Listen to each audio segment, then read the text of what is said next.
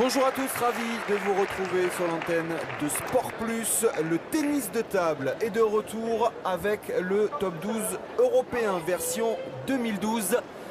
Et particulière cette version parce qu'elle se tient en France à l'Astrobal de Villeurbanne. Très exactement. Christian Martin, bonjour. Bonjour Sébastien, bonjour à tous. Elle est spéciale cette édition parce que, donc on l'a dit, elle se tient en France et parce que chez les garçons, nous n'avons pas un invité.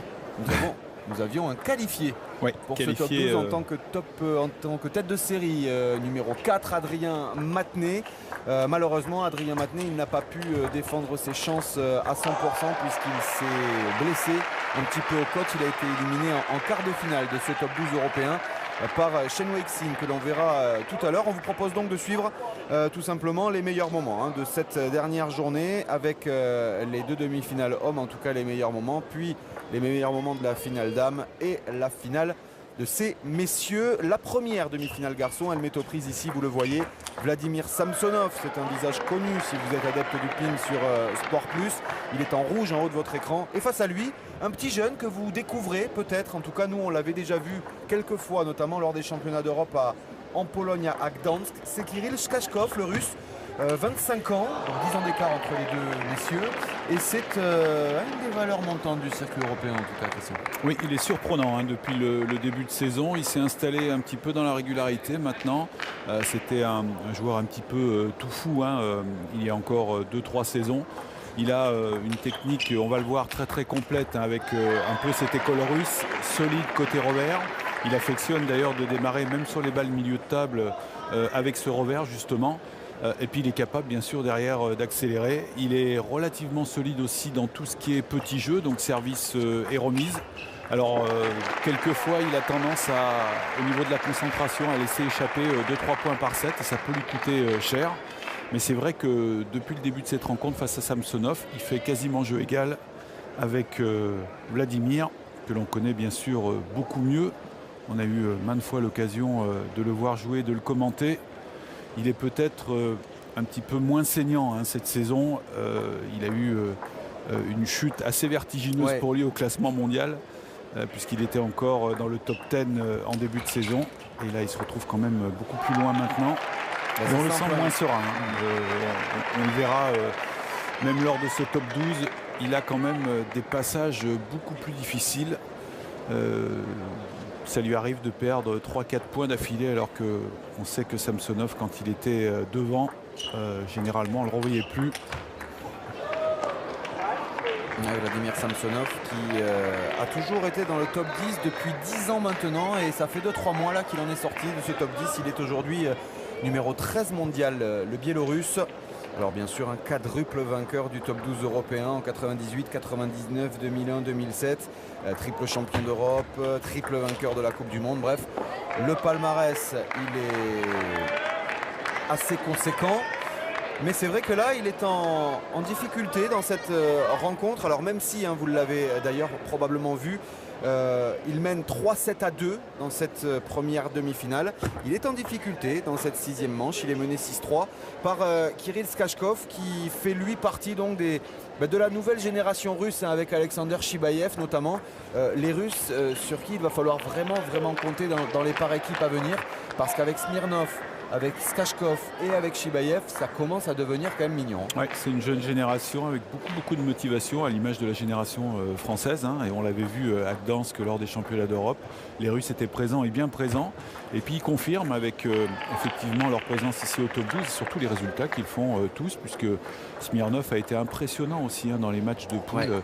Il était avec Adrien Matenay, il a d'abord battu 4-0. Alors c'est vrai, Adrien Matenay a un petit peu diminué, mais Smirnov a été vraiment très solide. Et puis voilà, ils en veulent. On l'a vu lors des championnats d'Europe. Ils sont très complets. Ils n'ont pas beaucoup de points faibles dans leur système de jeu, ce qui leur permet, même quand ils sont un tout petit peu moins bien physiquement, d'assurer quand même un niveau mondial très solide.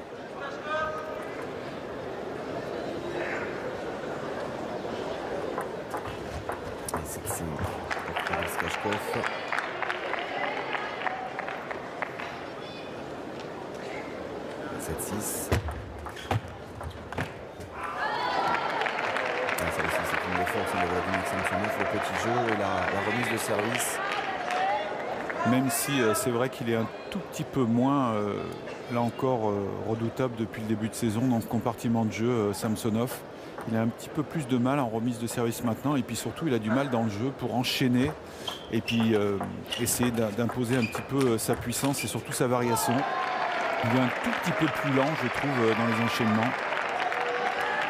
Alors là, c'est peut-être aussi juste une question de confiance, hein, parce qu'on l'avait déjà à demi enterré une première fois, Samsonov, il y a 3-4 saisons, ouais. Où il avait eu aussi quelques difficultés. Et puis, comme par hasard, un an plus tard, il était revenu à un très très bon niveau. Et puis en année olympique, le monsieur, il va être là.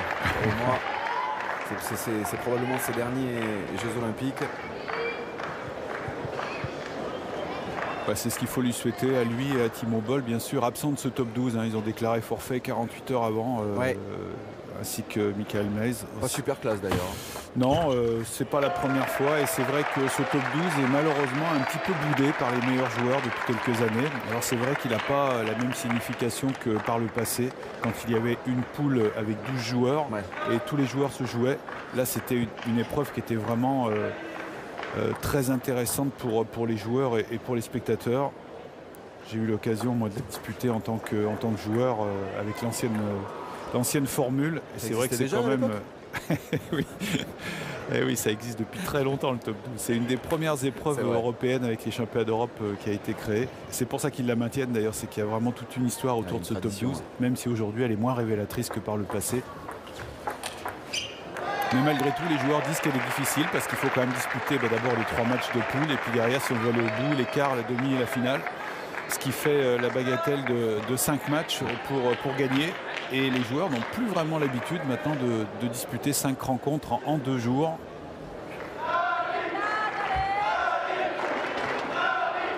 Allez, 9 partout entre Vladimir Samsonov et Kirill Skachkov pour cette première demi-finale du top 12 européen qui se tient, je vous le rappelle, à Villeurbanne, à l'Astrobal, entre des basketteurs habituellement.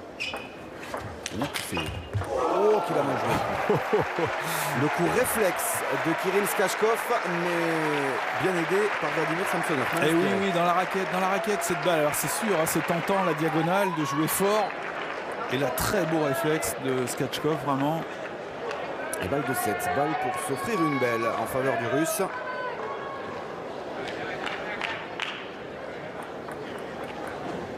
Sur le service de Vladimir Samsonov.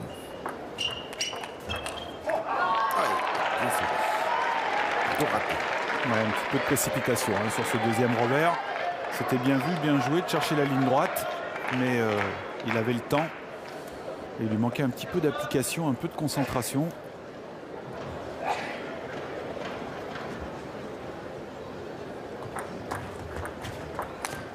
Dommage parce qu'il l'avait poussé, Vladimir Samsonov, à monter la balle. Oui, et puis lui aussi, il est pas maladroit hein, dans le jeu court. Skachkov, on l'a vu, il va être capable de venir piquer cette balle avec un petit effet rétro et de la déposer juste derrière le filet. Très bonne fermeture du jeu.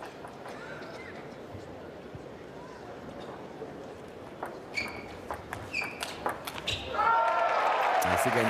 La belle pour Kirill Skachkov. 3 manches partout entre le Biélorusse et le Russe. Et probablement Vladimir Samsonov ne s'attendait pas à telle résistance de la part du jeune Skachkov. Oui, puis depuis le début de cette rencontre, hein, à chaque fois qu'un joueur a pris 3-4 points d'avance sur un set, il a été incapable de terminer. Et c'est à chaque fois l'adversaire qui a pris le dessus. Donc on a du mal à enfoncer un petit peu le clou quand on est devant depuis le début de cette demi-finale. Alors c'est dû bien sûr aussi à la réaction du joueur adverse hein, qui à chaque fois propose une nouvelle adaptation. Mais quand même quand on connaît l'intelligence de jeu d'un joueur comme Samsonov, on aurait pu penser que les 2 sets où il a été largement devant, il aurait pu conclure victorieusement pour lui. Ça n'a pas été le cas. Et là maintenant, bien malin qui peut prédire le vainqueur de cette demi-finale.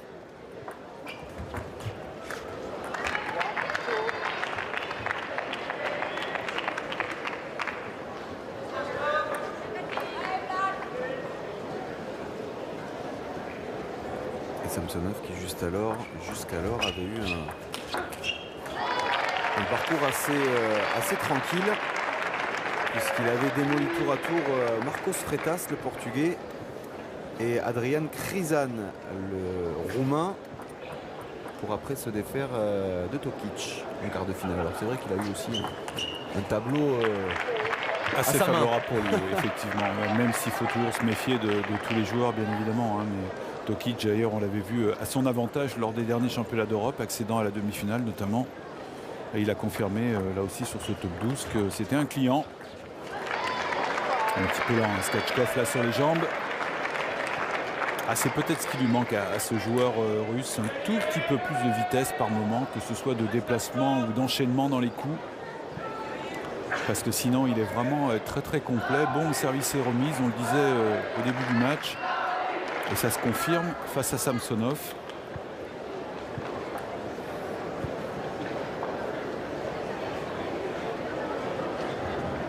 Et il joue lui aussi très intelligemment, je trouve. Bien joué. Ça c'est son spécial, un service rentrant pour faire monter, pivot. Et une fois de plus, Samsonov qui est devant, hein, 5-2, 5-1, 5-2 maintenant.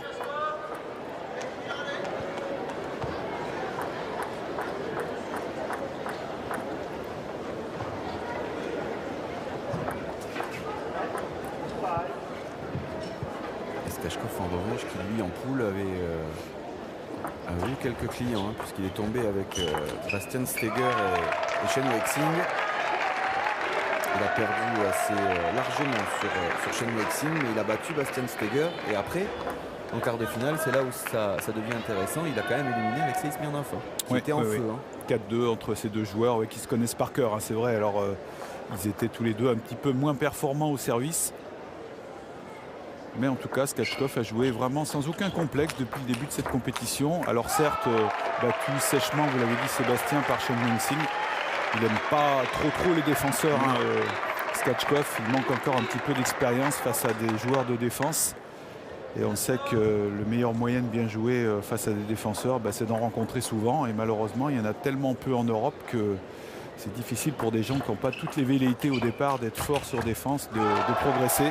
Ah ouais, Skachkov, hein, il était mené 5-1, 5 partout. Et oui, et une fois de plus, un Samsonov qui n'arrive pas à enfoncer le clou, qui était largement devant, qui semble-t-il avait pris la mesure de son adversaire.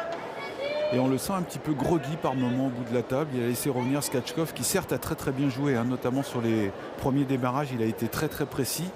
Mais quand même, il n'y a pas eu beaucoup de réactions de Samsonov. Regardez, là encore, il est passif.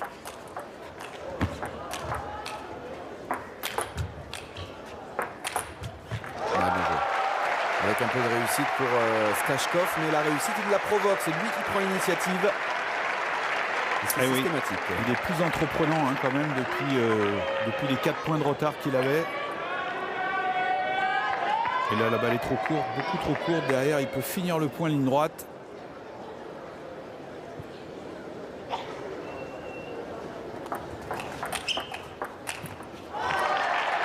Stopper l'hémorragie, on était sur une 5-0 en faveur du Russe. Et là, il a été actif au Samsonov. Il sait qu'il n'avait pas le choix. Il avait décidé de prendre la balle un petit peu plus tôt en démarrage revers. Alors, est-ce qu'il est capable de jouer tout le temps sur ce rythme-là?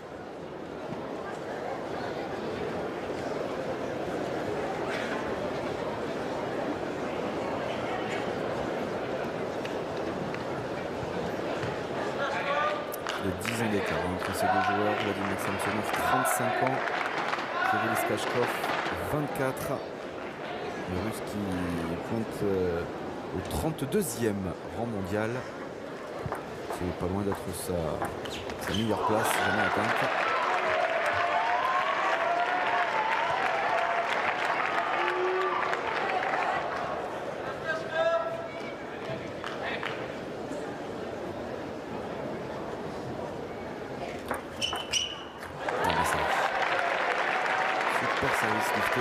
Vladimir Samsonov. Qui s'est refait une petite santé depuis 3 points. À la bouteille, là, à l'expérience. C'est là où il faut qu'il trouve des solutions, Samsonov, sur ce petit service pioche là que Skachkov fait vraiment à merveille. Il est capable de le placer, on l'a vu sur le dernier, comme ça, court ligne droite, et de le varier, que ce soit lifté, coupé. Et puis bien sûr, il est capable, quand il ne le rate pas, de le mettre tout aussi facilement diagonale au milieu de table. 9-7 en faveur de Vladimir Samsonov. Il a désormais 2 services pour peut-être conclure cette première demi-finale. Alors est-ce qu'il va avoir effectivement les nerfs, Skachkov là dans le money time? On l'a vu sur ce service, un tout petit peu plus de crispation peut-être, avec ça pardonne pas sur les services quand on est un tout petit peu plus crispé. C'est tout pourri celui-là. Et ça il le fait bien, c'est beaucoup de variations dans ce démarrage coup droit de Skachkov là.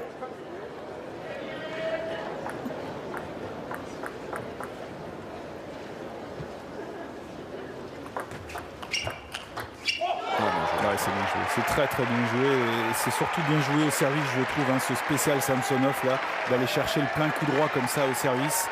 Il y a très peu de joueurs qui vont servir lancer comme ça de leur plein coup droit. Et c'est d'ailleurs dommage, je trouve, parce que ça exploite un placement supplémentaire et ça donne d'autres solutions tactiques aux joueurs. 2 balles de match pour Samsonov. Sur le service de Kirill Skachkov.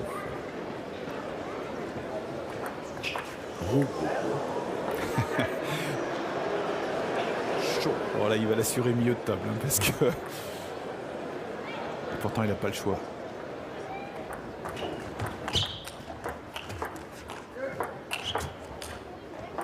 Oh la défense. Oh dommage. Elle est pas loin. Ça c'était bien joué. Ouais, elle est pas loin, elle est pas loin.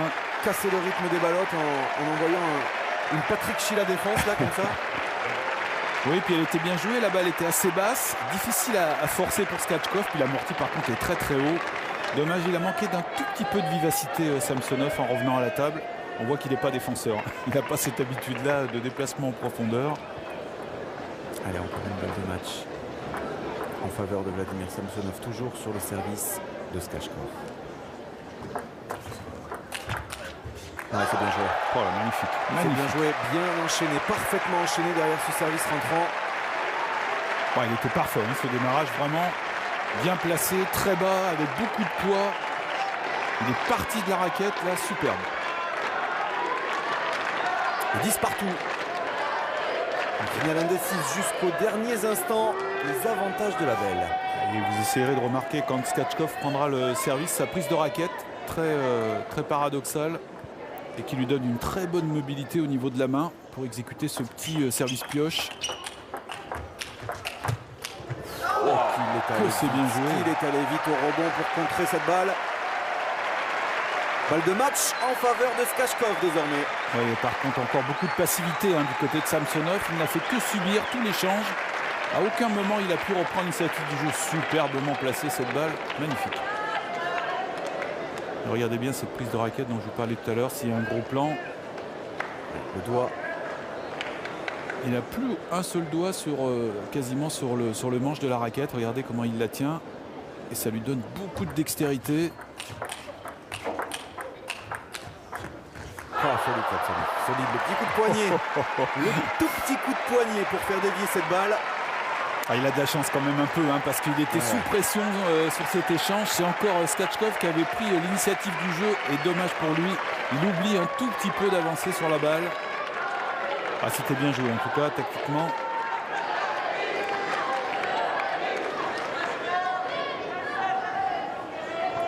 On se partout. Service Samsonov.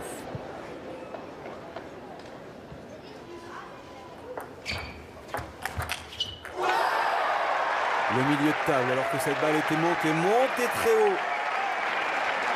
Dans cette encre de l'Astrobal, nouvelle balle de match pour Samsonov. Et oui, vous l'avez signalé, Sébastien, la balle qui montait un petit peu haute en remise. Le service était effectivement très très bon de la part de Samsonov. Et il n'a pas eu beaucoup d'occasions comme ça de finir les points derrière son service. Et ça aussi c'est bien joué. 2 reprises ce démarrage revers. On le disait, cette école russe avec très peu de déchets en revers et beaucoup d'efficacité bien sûr. C'est vrai sur les démarrages, mais c'est vrai une fois que l'échange est parti aussi.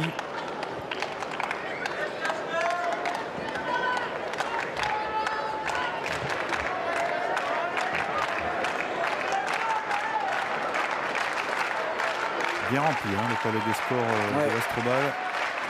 6000 spectateurs je crois sur le week-end. C'est une belle fête du ping et du ping hexagonal. En attendant d'autres super rendez-vous, bien sûr en France, on en parlera tout au long de cette retransmission. En attendant 12 partout.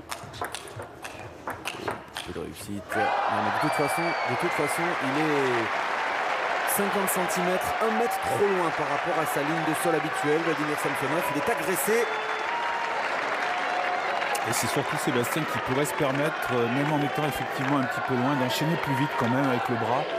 On le sent un peu emprunté, il se sert de la vitesse de son adversaire, mais lui en met très peu de son côté. Alors que quand on connaît la qualité de ses démarrages et de ses enchaînements, on le voit vraiment sous pression. Balle de match, Skachkov. Bien remis. Quel coup de pique. Il avait vu que c'était lifté. Il est venu vraiment piquer la balle. Magnifique cette remise, magnifique. C'est quasiment un coup gagnant. Regardez et régalez. Dans le bon tempo, superbe. Il faut voir 3 rebonds sur la table. Ça, il faut une main pour arriver à réaliser ça parce qu'il faut carrément que la balle se scotche dans votre raquette. Donc c'est vraiment pas évident. Oh, bien battu. Bien battu parce que là encore il a fait la différence avec son service, Samsonov. Ça fait 2 fois. 2 fois que ce coup réflexe lui rapporte un point à Skachkov. Il s'excuse, mais franchement, il est allé le chercher. On va le voir sur le ralenti. Superbe. Et là encore, imprécis un petit peu quand même ce démarrage de Samsonov. Trop dans la raquette, bien sûr. Nouvelle balle de match pour Kirill Skachkov. À un point de réaliser l'une des meilleures performances de sa jeune carrière. C'est fait. Il est en finale. Le Russe face à Aki. C'est ce qu'on va voir dans quelques instants.